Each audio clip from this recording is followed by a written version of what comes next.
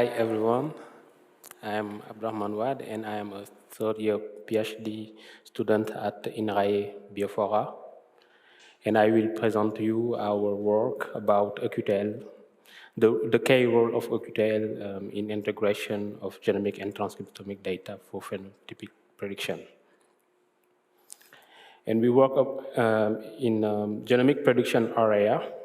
So the genomic prediction, the main purposes of genomic prediction is to develop some models here that allow us to predict the phenotype using the genome-wide polymorphism data. And classically, we use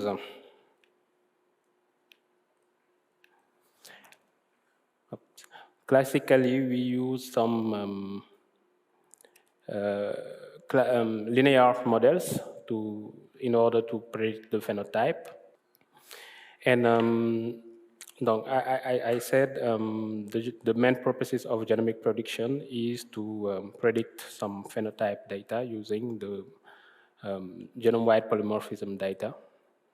And we can use these models to predict new phenotype for young seeds and or another kind of plant. And classically, we use linear models to fit the relationship between phenotype and genotype. But the space between genotype and phenotype is a highly interactive space with different layers of data that we call omics, and there are some interaction between these different layers.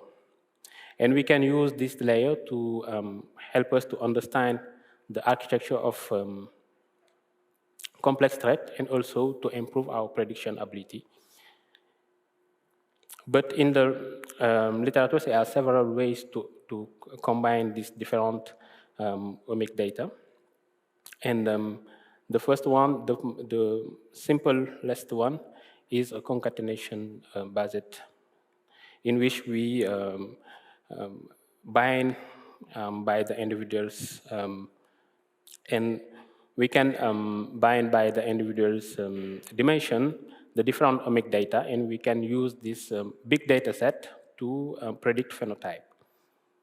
The second one, we can also transform each omic data in order to have some relationship matrices.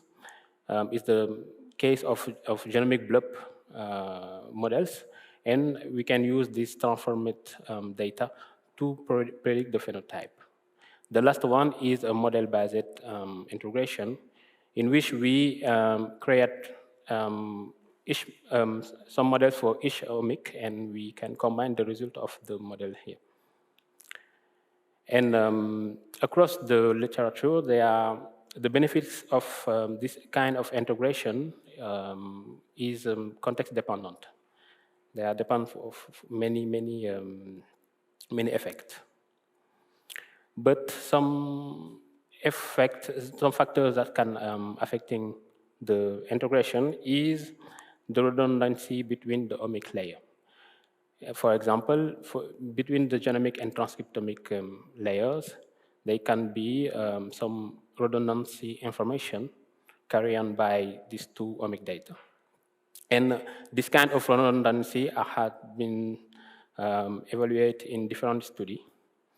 But in our case here, we can try to understand the impact of this redundancy in the success of integration models. So we work in population nigra, and we have 240 population nigra genotype from 11 regions in West Europeans across 4 countries. And we put them in common garden in Italy and in France. And we phenotype 21 phenotype traits. We have a pool of relatively big number of threads and diverse threads that help us to study the relationship between redundancy and the success of integration. And we perform error-seq analysis in our 240 genotype, allow us to have in one hand genomic SNP genotyping and transcriptomic data. And after after we do some environmental correction, it remain so 35K of expressed genes, and for our SNP genotyping, we have 200K of SNP mapped. As you can see here the map of our SNPs. And we do some very simplest ridge regression to estimate the effect of each different SNP. Sorry, can you?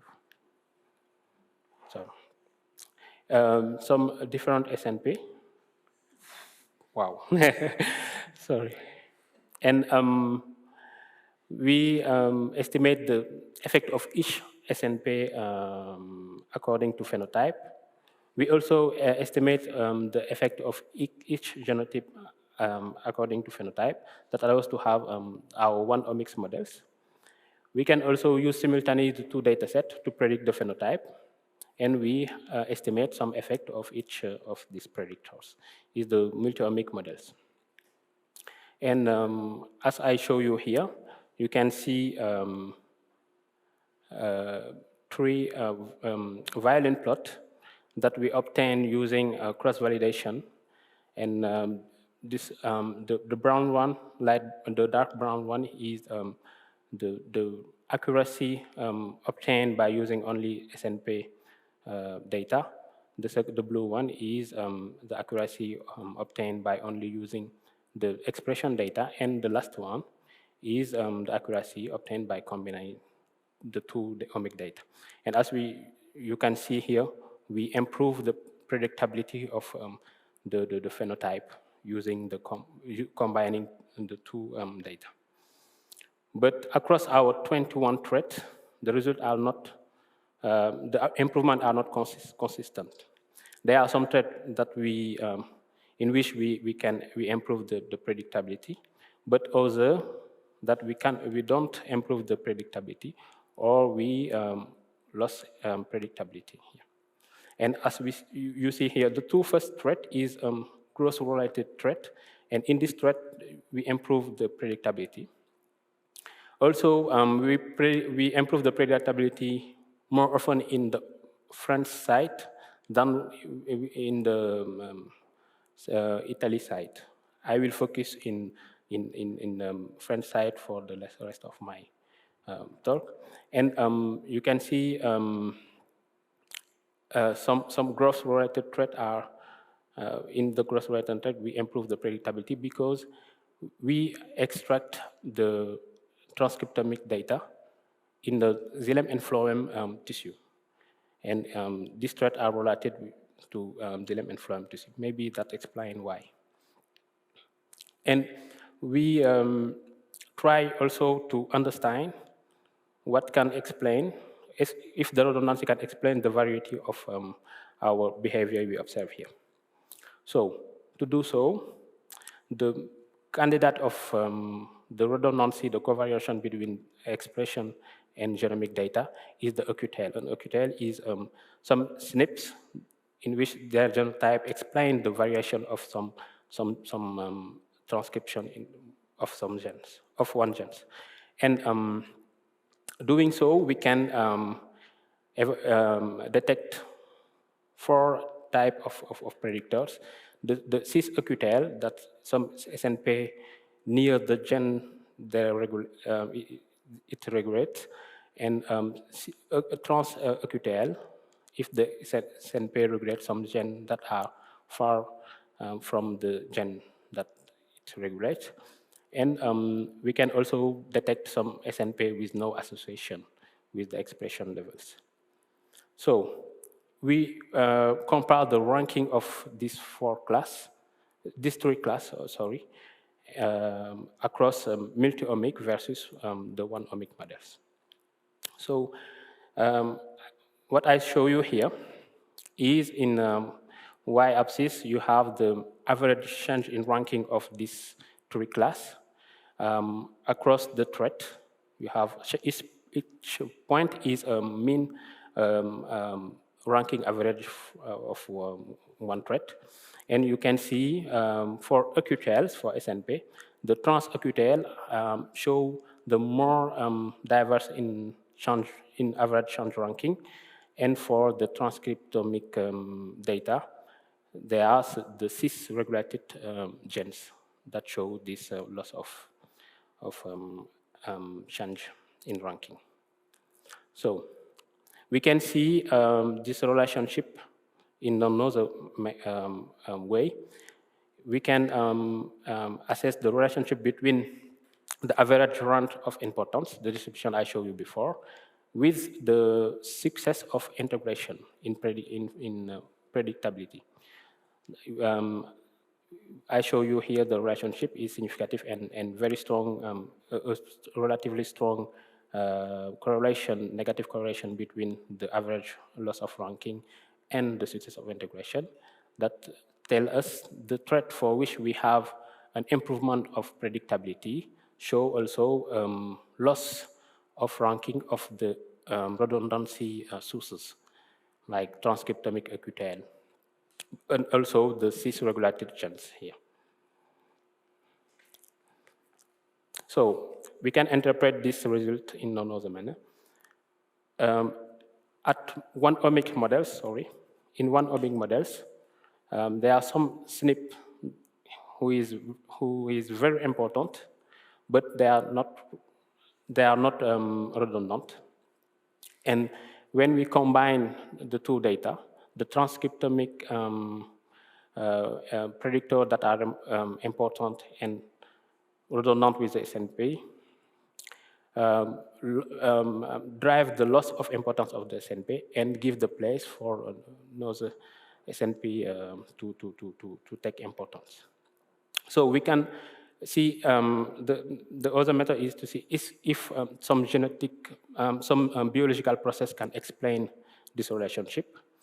I show you here the change in ranking of the eQTL versus the change in ranking of the transcript they regulate. And you can see here, we can select the most extreme predictor who change rank. Here you have the most extreme predictor who gain rank, and here also.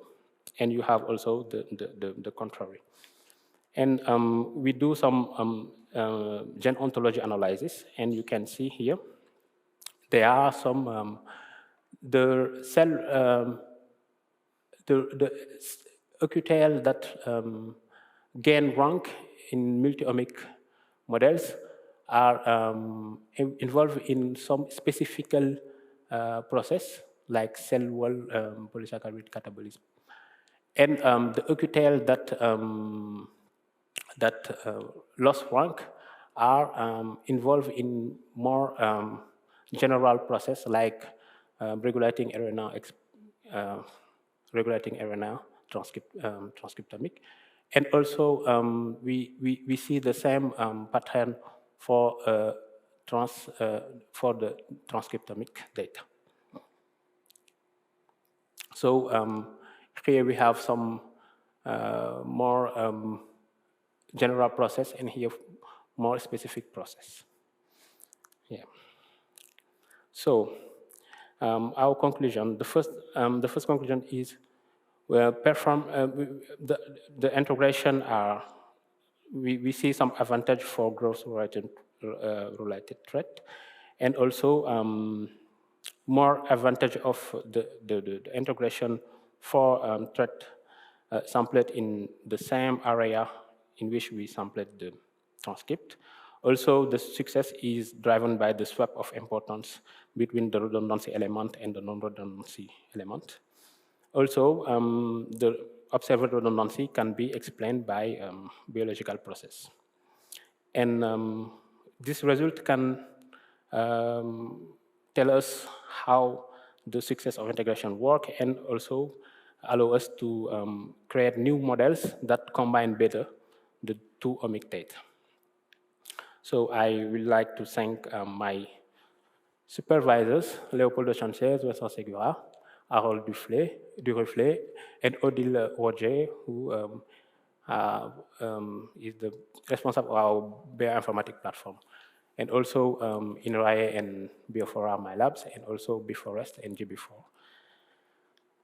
So we recently published our result, and you can find here in bioRxiv, this is QR code. Thank you for your attention.